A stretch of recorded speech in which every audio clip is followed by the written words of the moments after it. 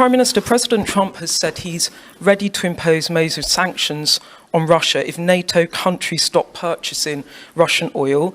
He's got a point, hasn't he? Is that what you now believe is needed to bring Putin properly to the table? And what's your message to the President on US sanctions? And Mr. President, if I may, the King praised your personal commitment last night to finding solutions to the world's most intractable conflicts. You have invested much of your time and effort in Ukraine, but even as you seek to broker a deal, President Putin is escalating the war. He's firing drones into NATO airspace. You say he has let you down.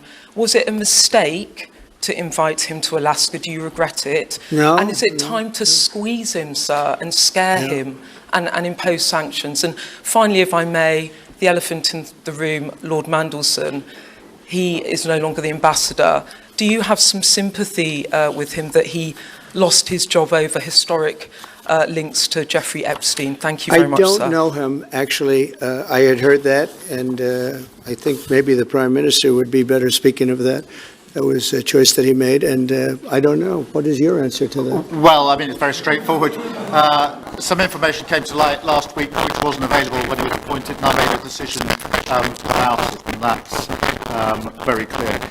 On the question of the pressure on Putin and on Russia, which is obviously really important, look, I think it is a challenge to Europe. There are a number of European countries which are too reliant on energy from Russia.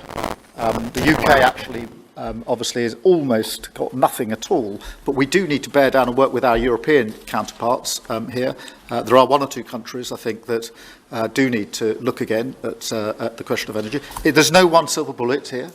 We do have to have a wider suite of sanctions, which we've put in place a number of times, working across Europe and with the United States. And of course, we must, and we are, making sure that Ukraine is in the strongest position now, because one of my long concerns here has been that whilst we talk about a ceasefire, and we all want a ceasefire, and we talk about what might happen after a ceasefire, we mustn't forget that Ukraine needs our support now, and we've said we stand with Ukraine from the start to the finish, and that means we must continue to supply them with what they need in order to fight this war, which of course resulted from and is a result of Russian aggression.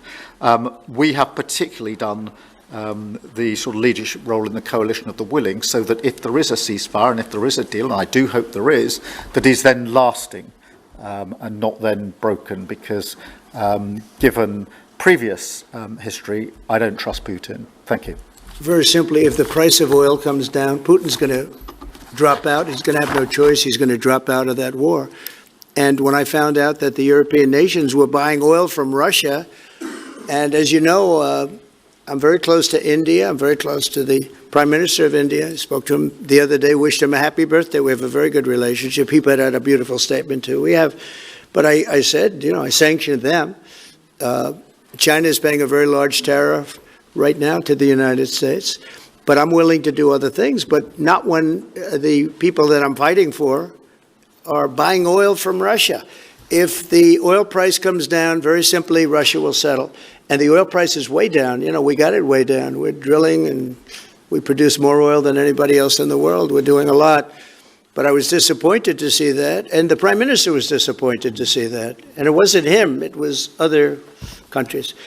And you can't do that. You can't do that. You can't. That's not playing fair with the United States. And we can't have that. Thank you.